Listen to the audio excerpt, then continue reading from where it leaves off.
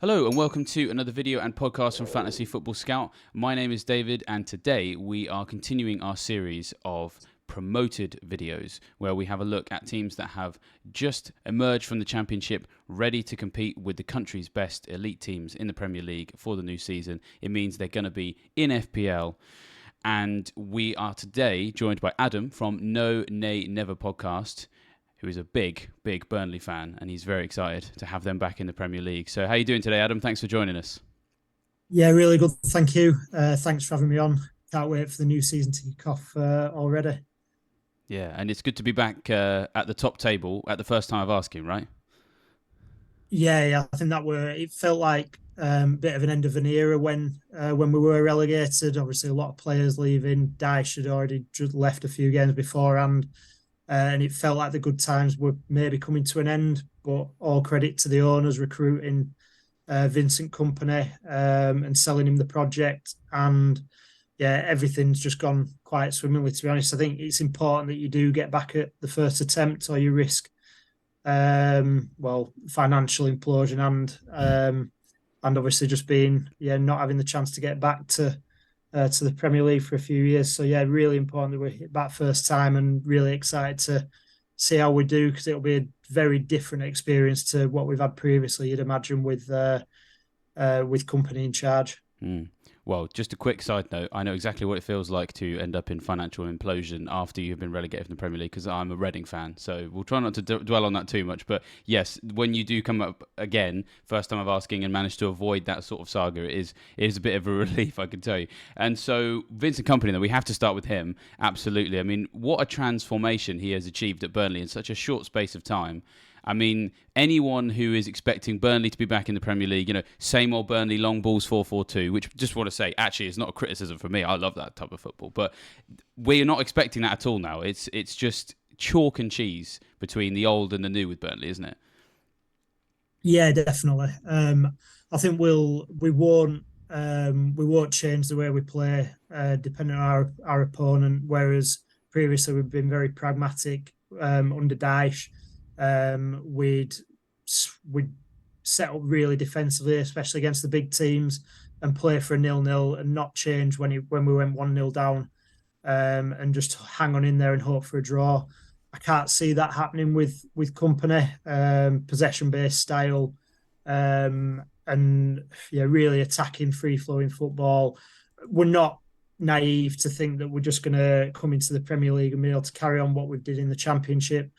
But I think we'll try and entertain, and we might take a few more hammerings than we used to, but hopefully we'll be able to win a few more games playing that way as well.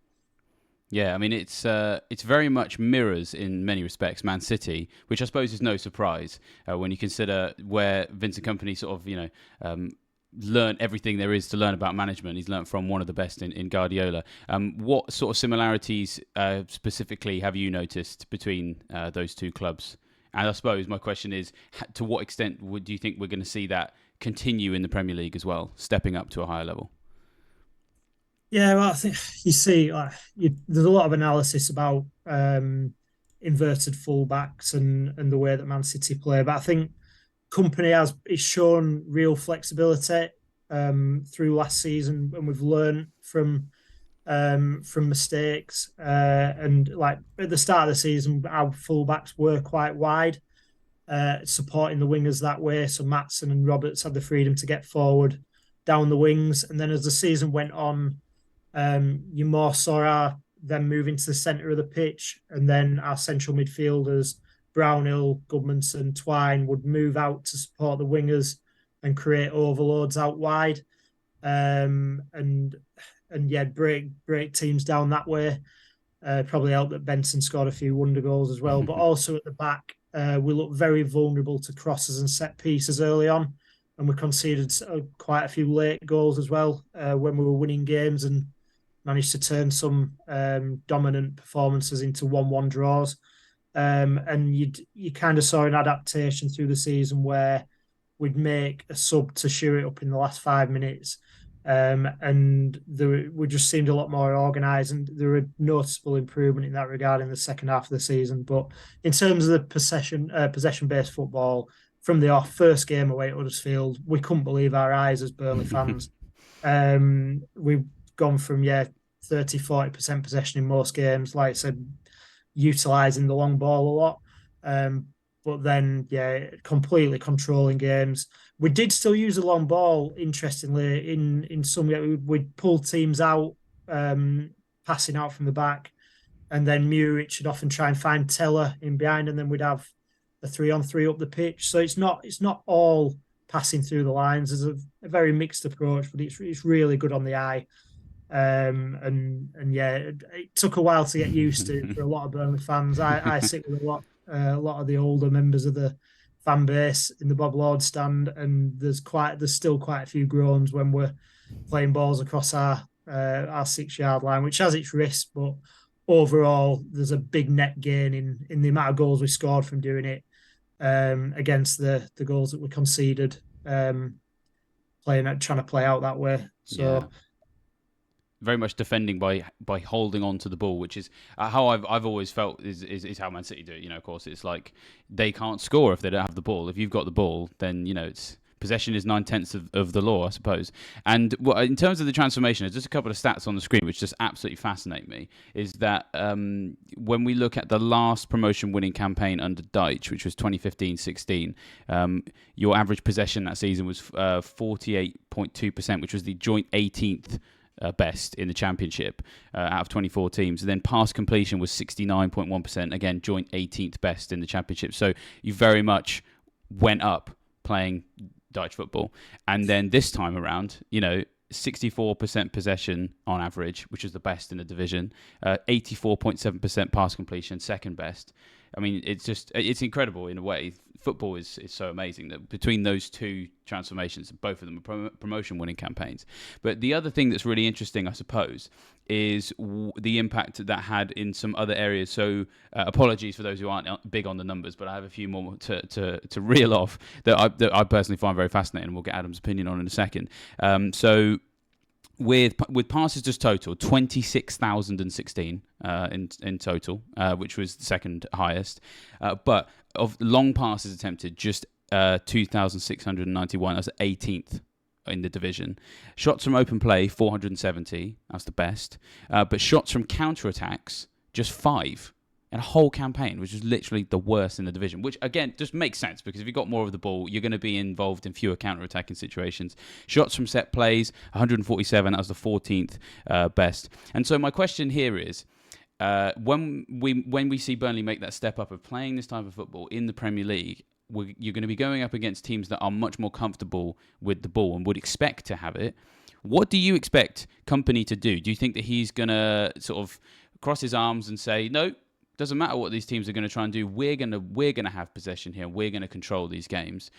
Or do you think we're going to see him shift towards situations where you control the ball less and allow the bigger teams to have it? And I guess, is your only concern here that this is a team that hasn't really had much of an opportunity to defend 11 men behind the ball, backs against the wall, and hit teams on the counter? Because the thing for me that I look at there is just 5 shots from counter-attacks across the whole season. It's going to be interesting to see how Kompany manages that step up. I just wondered if you had some opinions on that.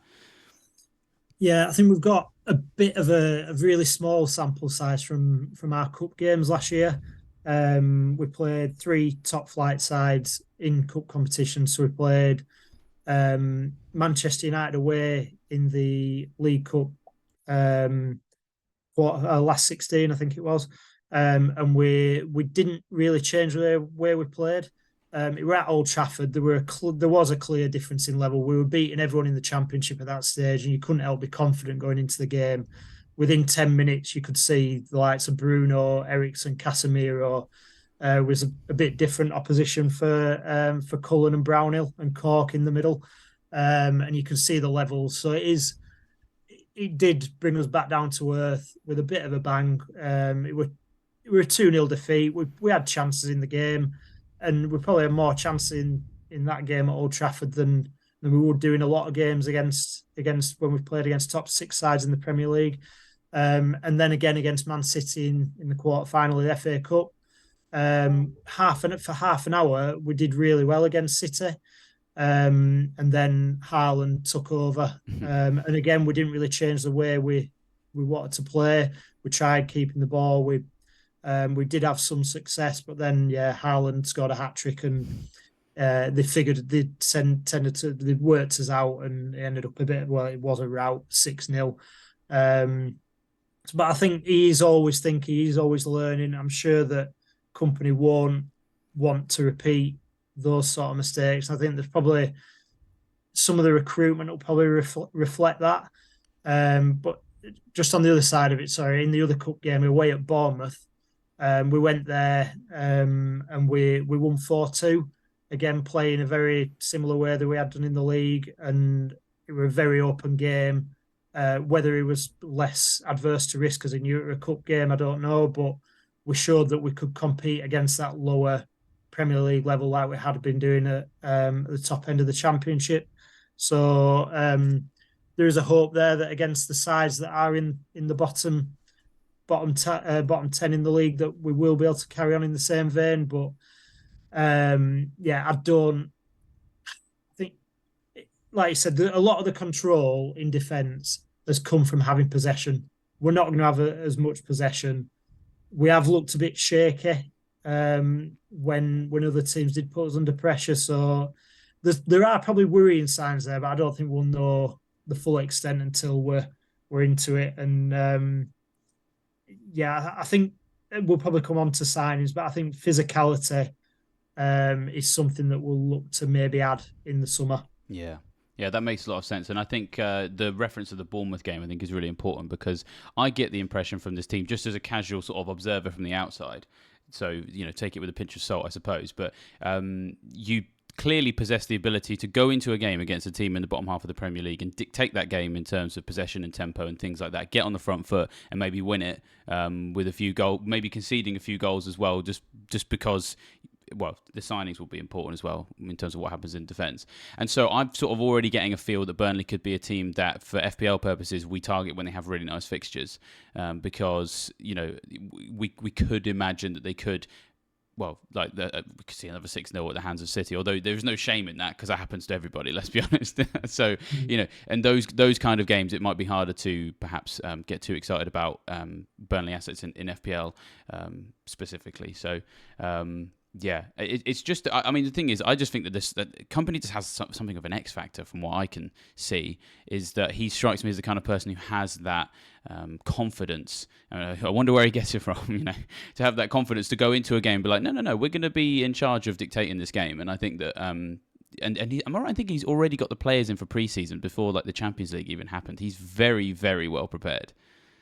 I think the idea of it was, I think some of them were going away on international duty, and I think he wanted them, all the squad, to be at the same sort of level. So, and they are still in training. Whether it's, we've not seen all the faces back yet, but there was a form of pre-season training going on. But I think it was 2 days after the Champions League final. So, oh wow, we'll see how that works out, and I'm sure it'll be thrown back at him if we don't have a good start. But I think with fantasy football wise, like you say, the way I'll approach it is look for them fixture runs, maybe look for another side at a similar level to Burnley that we rotate well with a defensive asset. Probably target the fullbacks, Roberts, and if we bring a player in replace of Maatsen, or if we manage to get him again this season. And then in terms of going forward, I think the one good thing about our forwards last season was, and sorry if you were going to mention this anyway, with Benson, Teller, Zaruri, and even Jay Rodriguez, I'm not saying that he'd be able to step up and score regularly in the Premier League, but they all had purple patches within the season where it was clear that they were our biggest attacking threat at that time. And they had runs of games where they were unplayable, and you'd see a lot of our goal involvements coming from them, like J-Rod and Zaruri in the first half of the season, Teller and Benson towards the end. So hopefully when we have got them good run of games, you wouldn't think they'd be priced above 5.5 million in fantasy football terms, that they might become an option. at times. But yeah, for me, defense is the obvious move, and yeah, we've not got an easy start to the season, so probably a few weeks into the season, and just review it then, and hopefully there's a couple of 4.5 million Yeah. fullbacks that we can all target. That's the way to go, I think. And yeah, well, we'll just touch on those fixtures then, just so people hadn't sort of made themselves aware. So it is Man City at home on the first day of the season, which feels almost Shakespearean to have those two, Guardiola and company, go face to face on a Friday night, game week 1 game. But then it's Luton away, Villa at home, Spurs at home, Forest away, and so there's sort of two nice fixtures in there that it could form part of a rotation, as you say. Then Man United at home game week 6, Newcastle away game week 7, Chelsea at home game week 8. It's not really till game week 10 when you get that away trip to Bournemouth that it starts to get a bit nicer. And I suppose by that point will have had an opportunity to see how company's style of play has stepped up in some of those games, and might make you more comfortable investing in someone. And actually, it's really good to know that some of these players are patchy, because it sounds like they all possess the ability to be a bandwagon at one time or another, because bandwagons need to be someone who can maybe be a bit of a differential, so people don't want to touch him because he is, in inverted commas, only a Burnley player, but he actually does possess the ability to sustain form over a 6, 7, 8, 9 game week period, and so it sounds like all the guys you've mentioned there possess that ability. Yeah. So again, Benson, Tellers, or if we get Teller back, still interest there, I think. And Zarura, not played in the Premier League before, so very unproven. And I think a lot of it will depend on, and sorry, I know this is a wider topic, probably depend on the prices as well this year. I know last year, when I was playing, I think it was the least I've probably touched the bottom half of the Premier League in terms of FPL assets, because of I just felt you could get quite a lot of the big teams players in your side, and then obviously base it on double game weeks and stuff like that, where else you got your players from. But I suppose again, it's more of a standard season. Hopefully this year there's no COVID, hopefully no change of monarch. Yeah. So that might play into it as well. But yeah, it'd be interesting to see how they do price players. But I am looking forward to having the Burnley aspect back in FPL this season. It felt like something we're missing last year, even though it did make some decisions more tricky, heart versus head. Normally, actually, in terms of captaining opposition players, yes, it felt horrendous, like captaining even one of the big guns against us round going watching the game, wanting us to win. So yeah, that dilemma will be back this year, but can't wait. I mean, it's an addictive one, that dilemma. I don't think I've met many fans of Premier League teams that don't say exactly the same. I would happily go into a game hedging my bets. I want to see us win 5-0, but if we have to lose 5-0, if that guy over there could happen to get all the goals, that would be great. Thank you very much. You've got to balance that all the time. Yeah, definitely. But speaking of balancing things, balancing players is something that Vincent Company has to do on a regular basis. So what I've got on the screen at the moment is just the list of all the starts that we saw in the Championship last season. And bearing in mind that Company very much sort of molds himself, well, he shapes himself in the mold of Pep Guardiola, who famously rotates whenever he has the opportunity.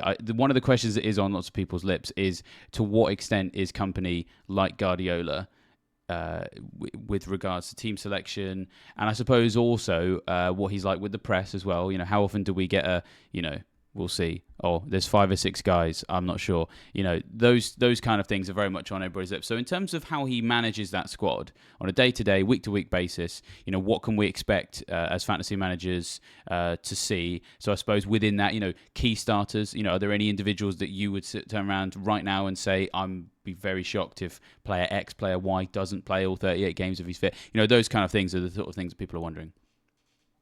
Yeah, in terms of the press conferences, I think he probably is a bit more cagey with what information he gives away. There are a few times where players weren't involved, and they're actually sat next to him in the press conference. So it's like there's a bit of mind chess goes on with it. But yeah, the rotation is the biggest concern. From where we were previously with Dyche, we'd rarely rotate, especially if things were going okay. It wouldn't change the 11 for weeks on end. And same with substitutions. We'd often be crying out for the fans would be for a change with like enough time in the game left, but it just didn't do it. We'd often literally go years without a substitute getting a goal or assist. Oh wow, For us, and there are stats to back that up as well. that's incredible. I think we were like 2 years before we got relegated, and since a sub came on and made an impact, but completely different with company. I think he's built a bigger squad though, in terms of he wanted more options, whereas Dyche should obviously probably work with a tighter 15, 16 that he trusted. We've got players that are missing out on the bench now that you think are a reason. Well, they were good championship players, and hopefully they'll be able to evolve the squad into having a squad full of good Premier League players.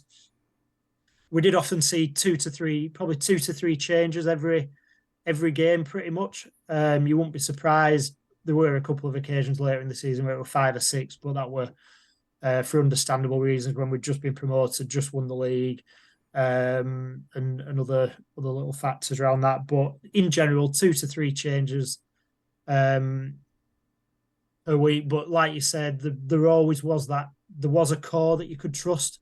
So in terms of fantasy football, last year, if it was the championship, like there were Bayer, well, Muric until the back end of the season, but Bayer, Brownhill, Cullen, who's not obviously in a fantasy option because he's not got the attacking threat, and then Teller when he were available. I don't know if I've missed any. You've got the screen in front of me of the appearances, but you could pretty much rely on them being part of the 11 every week, and you'd think there'll be that core group of players that wouldn't be rotated. And it'd be interesting to see as well. Obviously, we had 46 games to manage last year, league games. So further in the cups than we used to as well. So we saw that rotation probably more natural with all the condensed fixtures, with the World Cup in the middle as well. There were quite a lot of midweek games. We're not going to have that as much this year. I still think he'll rotate more than Dyche ever did in the Premier League, but it probably won't be as extreme as we saw last season.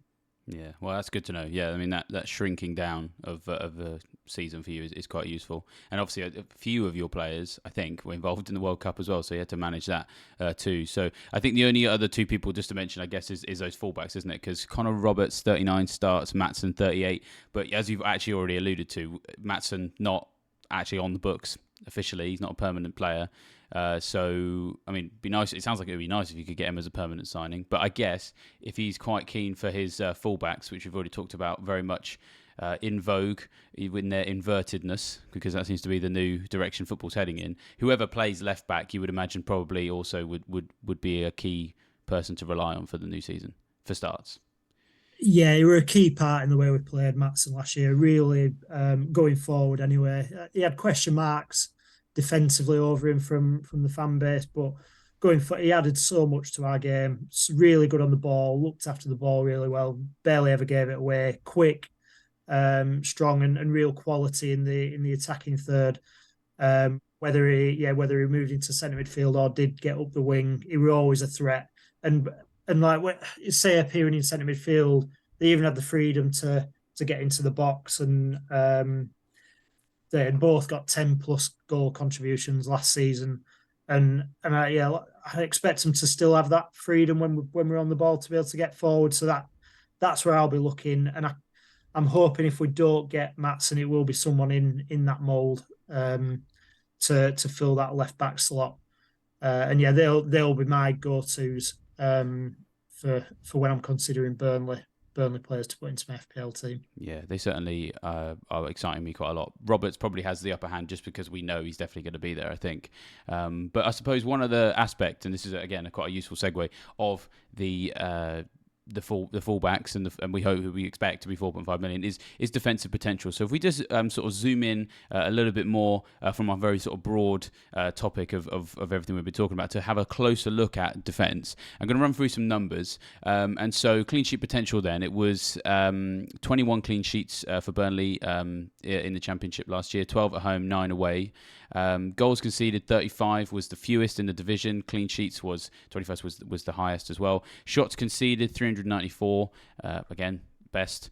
Shots on target conceded second, or joint second, and then XGC 38.2.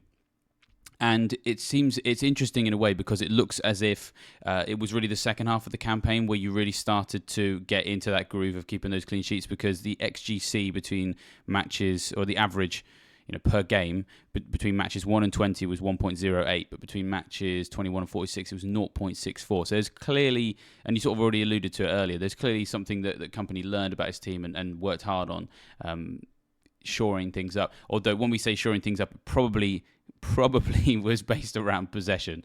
But yeah, and we've sort of already alluded to it, but in the games where you feel like you're going to control possession, do you feel like they're games where Burnley are capable of keeping clean sheets, or would you be worried about mistakes that sometimes come with possession-based football? Because we even see Man City making those. So, yeah, what's your thoughts on clean sheets for next season?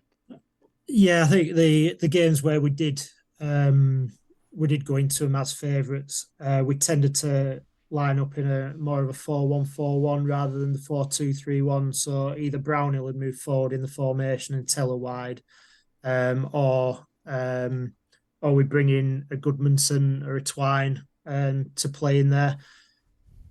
So yeah, and if anything, when I would go into the games, that we did look so much more comfortable in those games when we played the more attacking players. But I think a more realistic approach would be that we'll go into most games in the 4-2-3-1 next year with probably Brownhill alongside Cullen.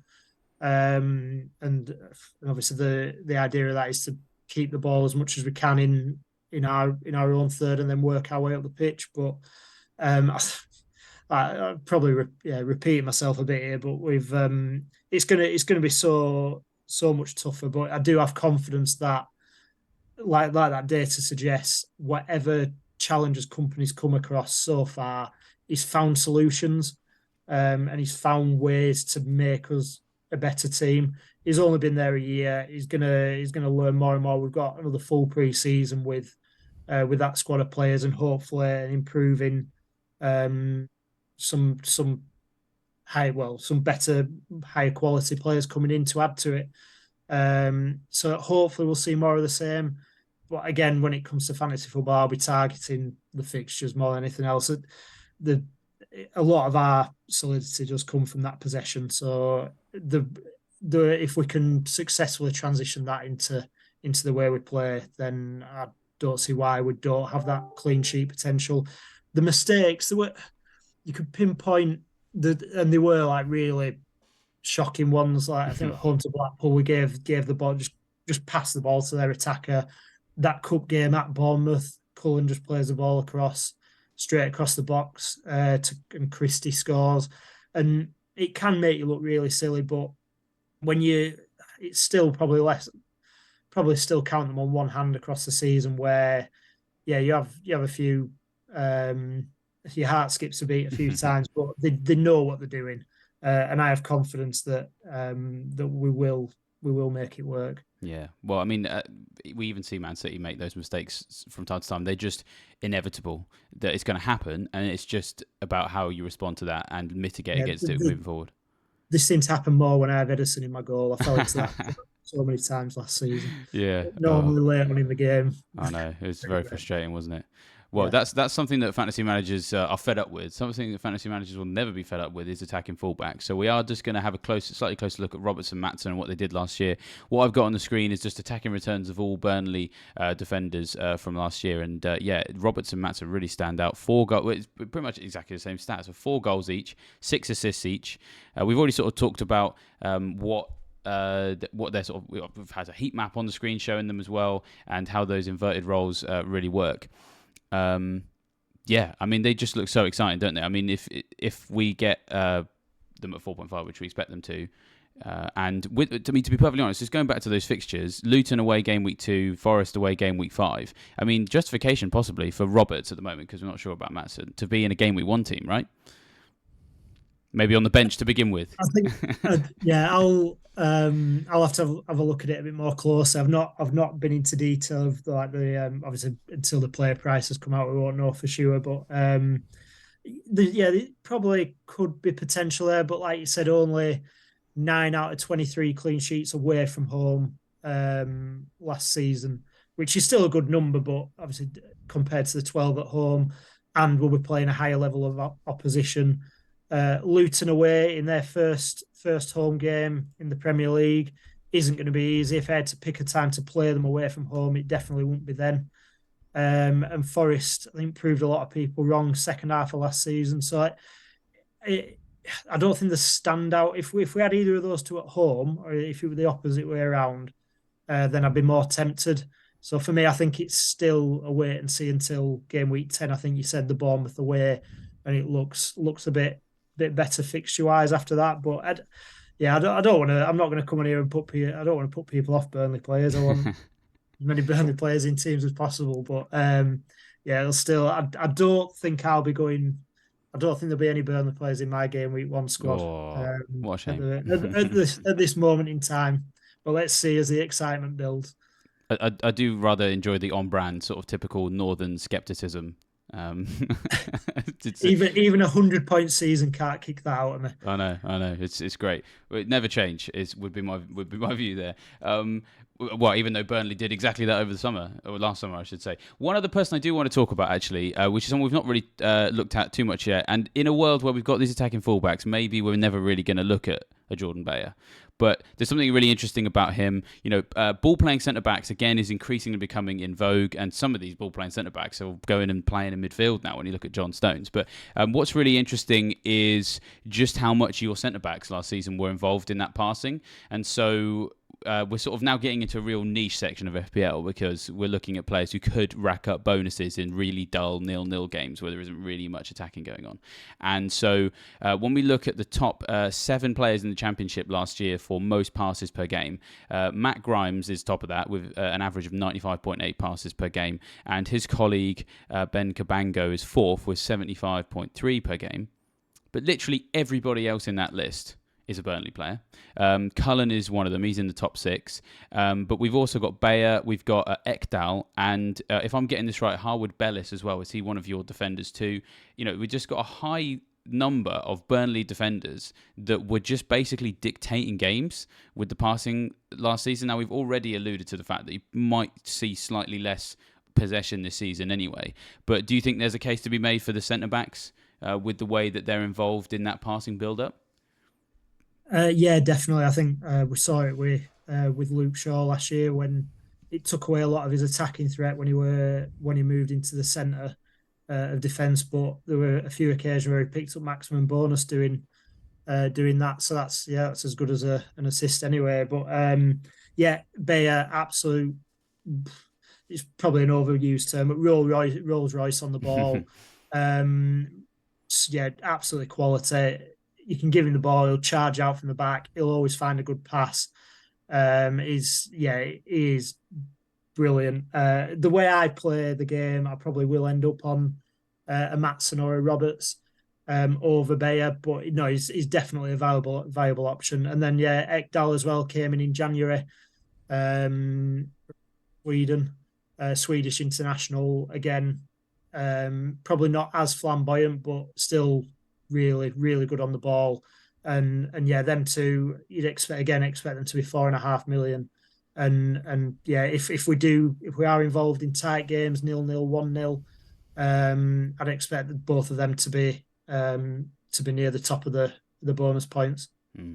Yeah, I think in realistic terms, I feel like Bayer is probably someone that managers might look to when they're doubling up perhaps on Burnley later in the season, maybe when both of those fullbacks have.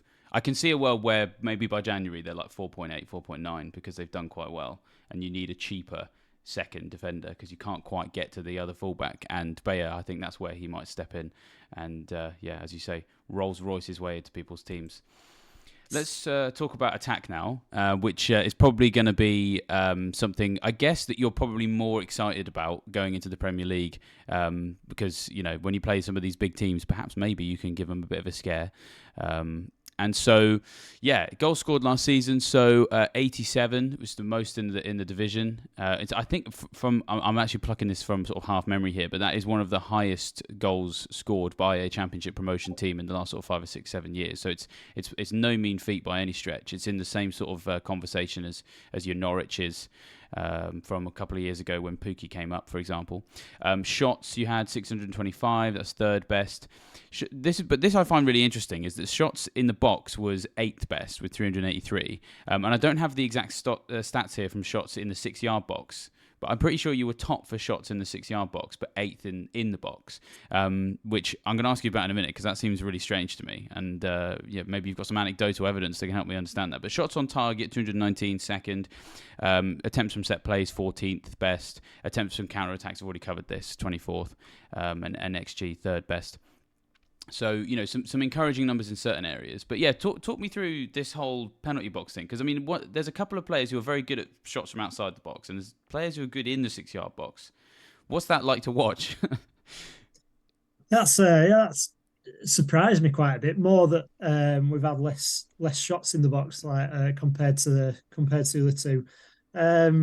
Just I think with the 6-yard box, we do put a lot of pressure on teams high up the pitch and work the but it might be a sign of literally passing the ball into the net. There were a few times where we did just rip through teams, and you'd have people passing it and leaving open goals. But it's a really interesting one, that, because you'd probably expect more of that with maybe set pieces and other ways of playing. But no, that's a surprise to me, that one. So it's a bit. It flummoxed me a bit, but in terms of outside the box, it's not a surprise when we've got players like Zaruri and Benson, who scored a number of worldies last season. Benson in particular, I think he scored 4 games in a row, pretty much the same goal, cut in from the right on his left foot and just smashed it into the far corner. And it were like, it's going to happen, but none of the teams could do anything to stop it. And I think that probably played a big part as well in our XG over performance.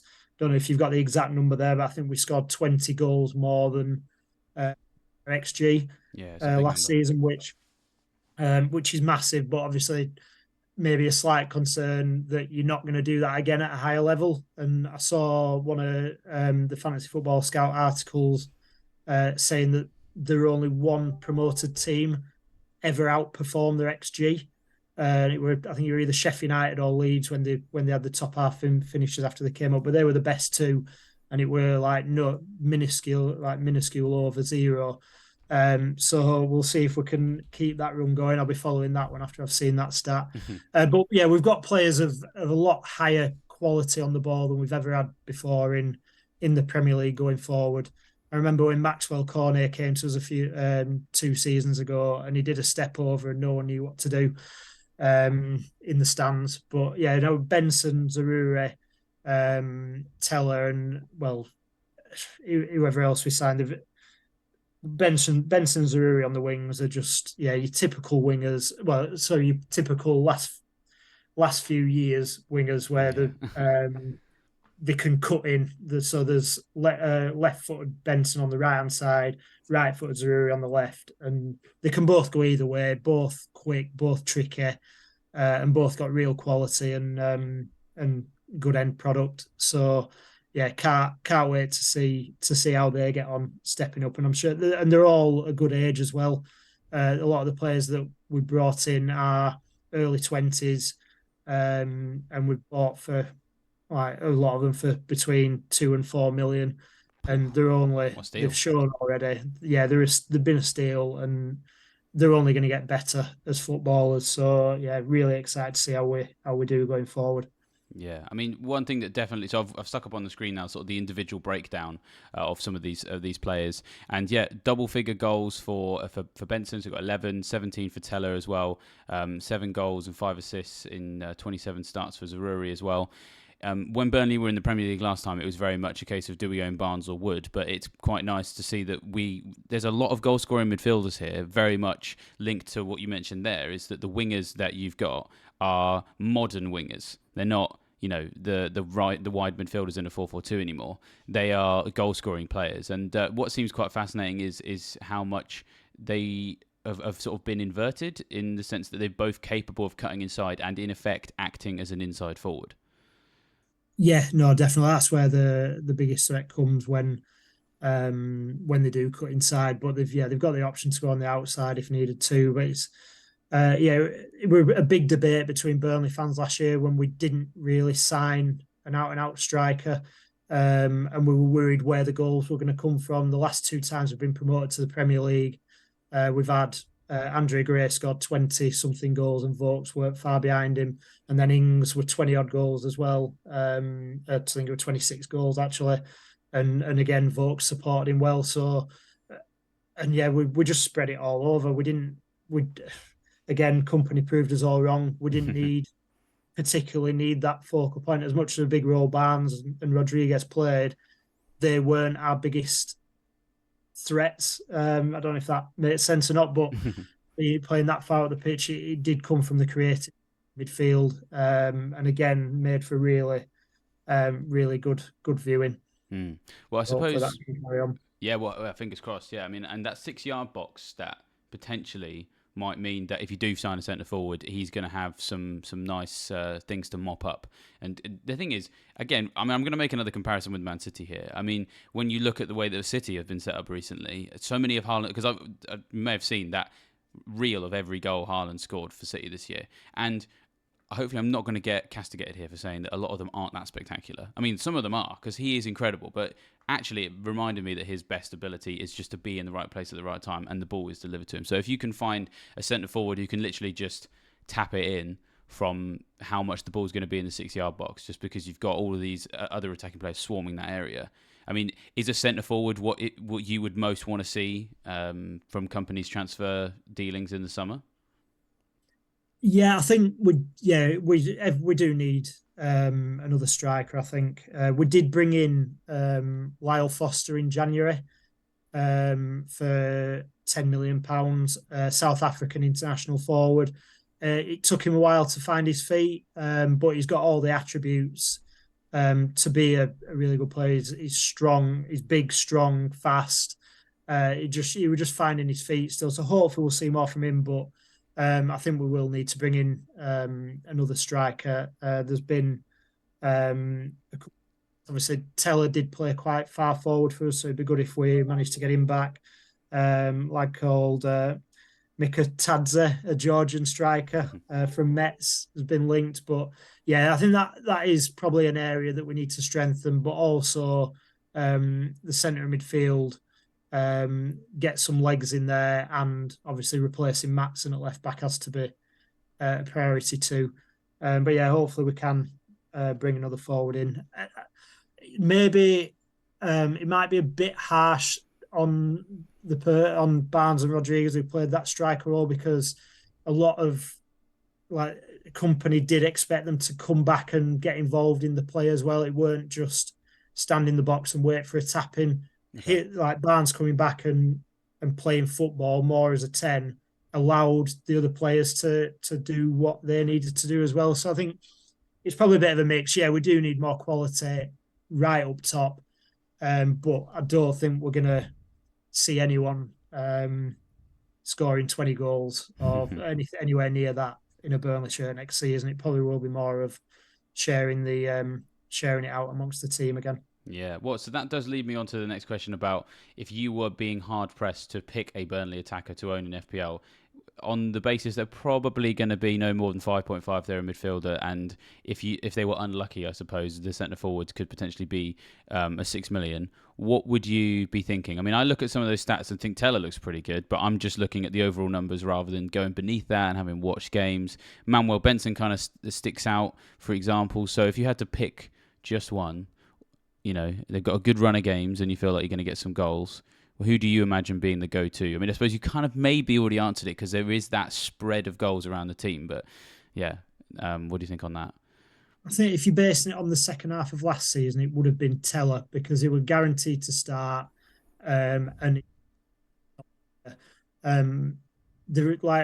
mentioned, they've all had periods where they've been very good. So you've got to obviously keep an eye on the underlying stats of who's performing.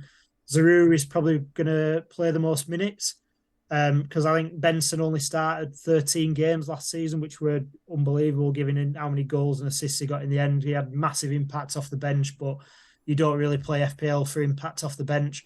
So hopefully he'll get stronger and be able to start more games next season. But I think if I had to pick, it'd be Teller based on the second half of last season, but obviously he's not even a Burnley player at the moment, so probably a bit pop out.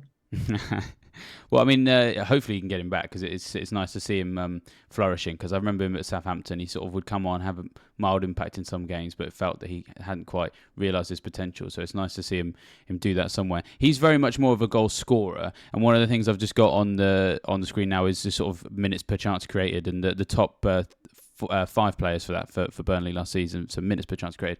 Goodmanson was top, but Benson wasn't far behind. So a chance created every 41.1 minutes for Goodmanson, but one every 41.4 minutes for Benson. Brownhill has also been talked up a little bit as well because obviously he's going to be pretty much locked in, we would imagine, to be starting games. One every 49.7, and then it's Obafemi and Zaroury that are slightly further away, but they complete the top 5. So yeah, just a quick word, I suppose, on the creative forces in this team. Benson potentially, if he were to start games, he's doing quite well from those stats in terms of minutes per shot and the minutes per chance created. I don't know. What's your view on that?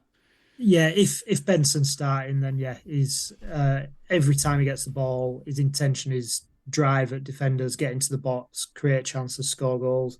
The stats on Goodmanson surprised me quite a bit. He probably went under the radar, playing either wide right or in the centre. But yeah, those are really impressive numbers, and you've got set pieces to play into that as well. So maybe someone that I've overlooked when I've been looking through our squad there. But because him and Brownhill will be on most of the set pieces, you'd think. The one thing that puts me off Brownhill is the fact that I mentioned before, he might play a bit deeper. And obviously, if you look at his goal and assist returns in previous Premier League seasons, he's never really delivered on that regard. But again, completely different team. We might have just been playing the ball straight over the top of him. But yeah, again, he was last season, and those you can't really argue with those numbers.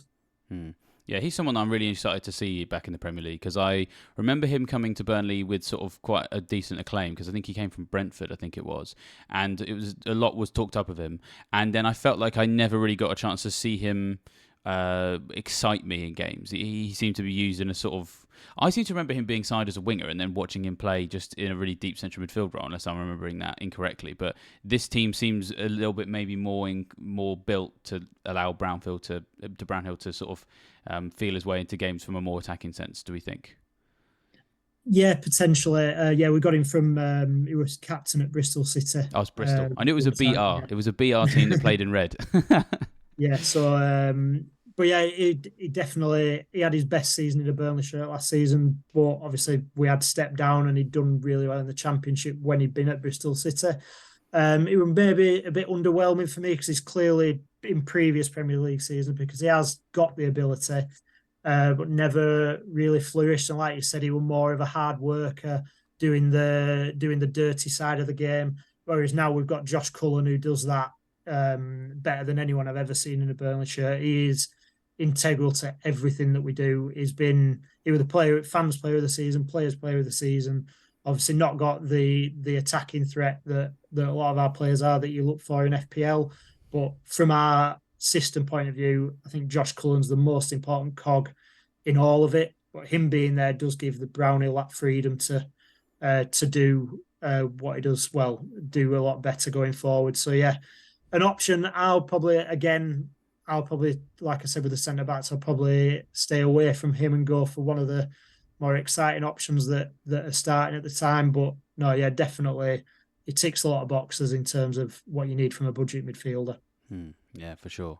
And yeah, it's good to mention Cullen actually because while he isn't, as you say, going to be much of a fantasy asset, knowing that you've got a player in that team that really elevates everybody else. And I mean, I was even reading that apparently he sometimes would drop into the back three to help in transitional periods as well. He seems like just I mean, I'm a bit of a purist when it comes to sort of tactical things. I love watching stuff like that. I imagine that do you think the neutrals are going to spot what he does for teams and get particularly excited by how he's transforming those around him? There's no FPL link here, but it's just, an opportunity to talk him up. He's been an absolute joy to watch for me. And like you said, when we are in possession, getting the ball up the pitch, you will just see him drop back between Bayer and Ekdal or whoever's the starting centre halves. Still probably pretty much on the halfway line because we've gone up the pitch. And that's when you see the attacking positions in being so fluid. He's absolute joy to watch. Quality on the ball. The only thing when he does get into positions to shoot every now and again, and I've never seen anyone worse. To be honest, it's ridiculous. You'd think with how he's got the ball on string over the rest of the pitch, he'd be able to do something, but something happens to him when he gets inside 25 yards, and he's not the same player. But that's not what he's there for. From a footballing perspective, and again, slightly boring maybe. From my point of view, I enjoy watching Josh Cullen more than probably any of the other players in the team. He's just such a good all-round footballer, and I really hope he does step it up in the Premier League because he's not. Obviously, he came up through West Ham's youth academy. I went on a couple of loans, Bradford and Charlton. I went and watched him for Bradford in League Two. I remember a few years ago, and remember thinking, "Wow, he's a good player." And we're buzzing when we signed him. Then he was with Company at Anderlecht. So this is like his first real chance to see if he can perform at Premier League level. And I've got full belief that he will be able to step up and do it. Obviously, he's slightly older, 26, 27. So he's probably reaching his peak as well. So really excited again to see how he gets on. Yeah, I mean, as I said, I think the neutrals and the purists are going to enjoy watching him. And I suppose if there's one thing that what you've said has taught me is there's hope for us yet. If even someone with a complete ability to just be absolutely fantastic at everything in football except shooting, it shows that truly nobody is perfect. So there is hope for us laymen when we're playing out of the goals on a Tuesday night, But yeah, no. Well, thank you very much for everything you've taught us today, Adam. It's been brilliant to learn about Burnley. And just a quick reminder to everybody that if you haven't already signed up for Fantasy Football Scout membership, then now is the time to do that because we are anticipating that the game will be back at some point in the next few weeks, we think. And so you want to make sure you've got everything in place and ready to build your first Gameweek 1 team and find all of those gems before your friends do and beat them in the mini leagues you're in with them before the season's even started, because it's really a mindset than anything else.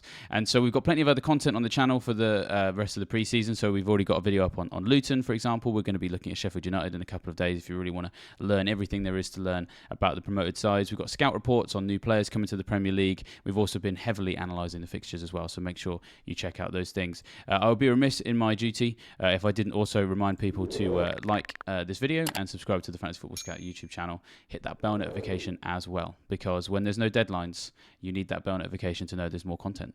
But with that, thanks once again, Adam. It's been good having you on.